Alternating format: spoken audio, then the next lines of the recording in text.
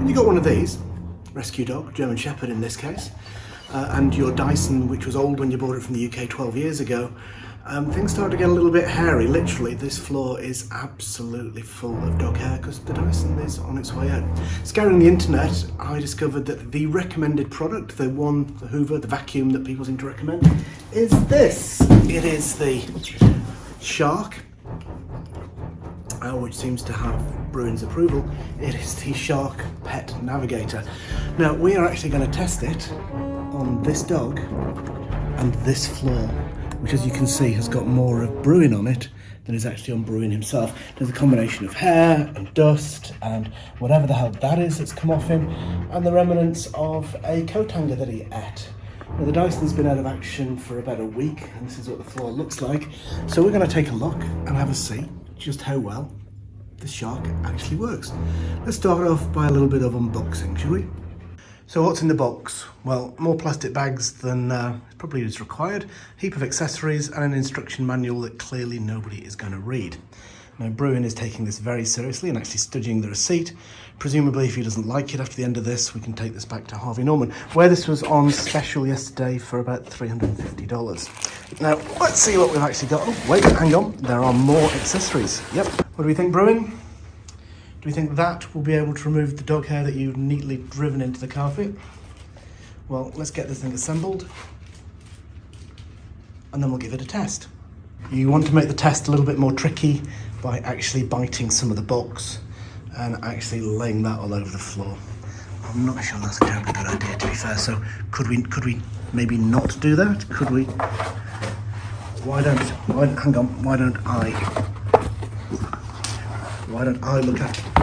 I look after this and you not eat the box? Drop it. Good boy. Good boy. Well done for not eating the new vacuum cleaner. I think that'll score us some extra points. Assembly appears to be pretty straightforward, really just a combination of clicking things into various holes. So, how hard can this possibly be?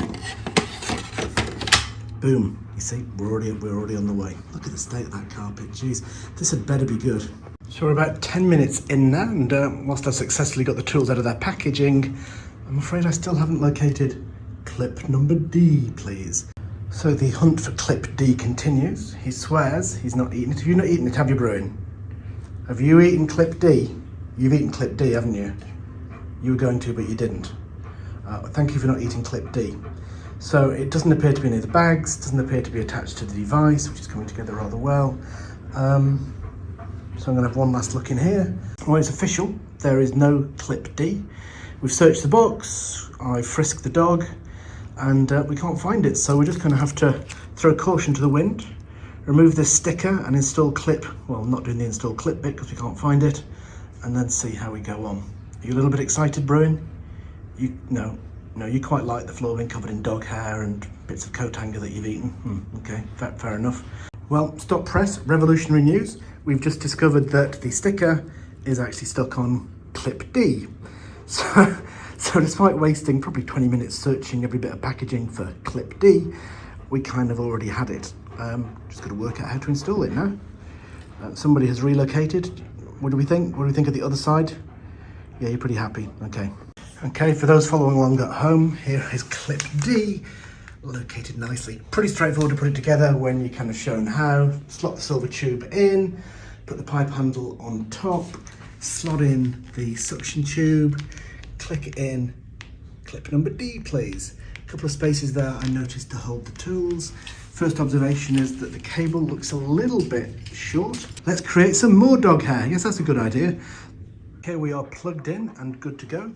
First thing to note is there's a couple of settings off, obviously. Hard and carpet, so presumably that's just different levels of suction. Great maneuverability thus far. It's pivoted down at the self-cleaning power head. So it is really just a case of checking out the mess that is this carpet, and then turning this bad boy on. 5, 4, 3, 2, 1.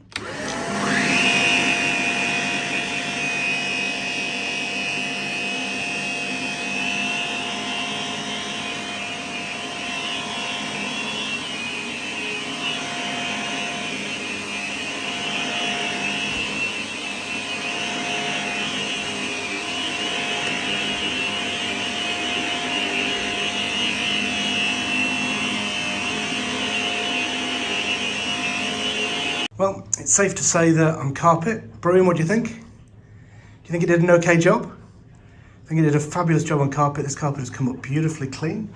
We did a bit of a tour of this small area, just landing upstairs in our house, and we pretty much filled the dust collection bag. There's a little bit of spare capacity in there, so we could have done a little bit more, but safe to say it really has done an incredibly good job at the carpet. How's it going to cope with stairs and hard flooring, I wonder? So, hello. Emptying it is an absolute doddle, I'm pleased to say, but the proof of the pudding is just how easy is it going to be to do the stairs.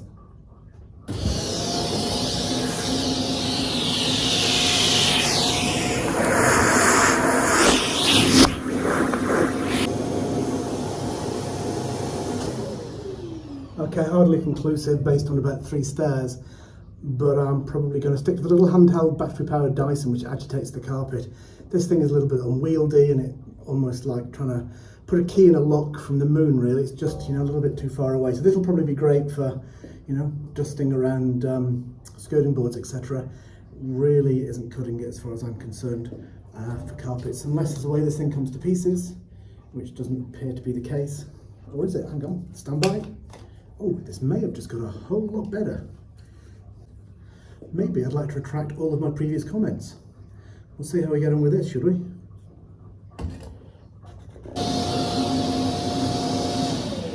Yeah, I think we'll stick with the Dyson. This tube is not going to be long enough.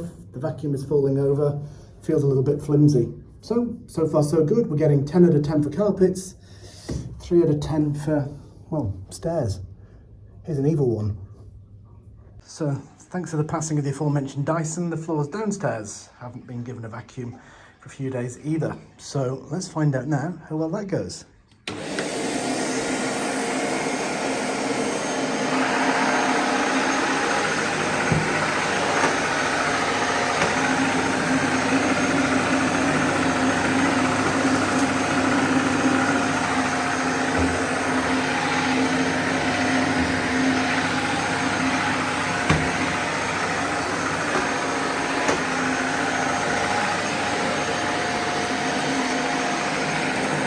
It's not just Bruin who's responsible for all of this, of course.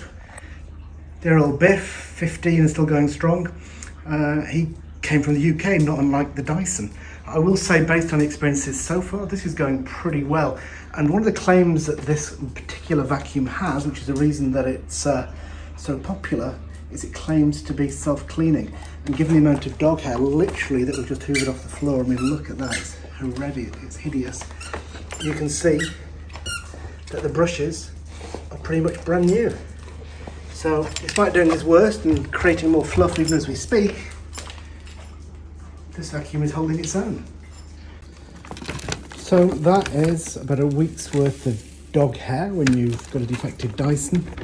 Gosh, probably weighs about half a kilo. There's pretty much enough to create a new dog in there. But the reality is, if you look at the floors, okay, they need a bit of a mop.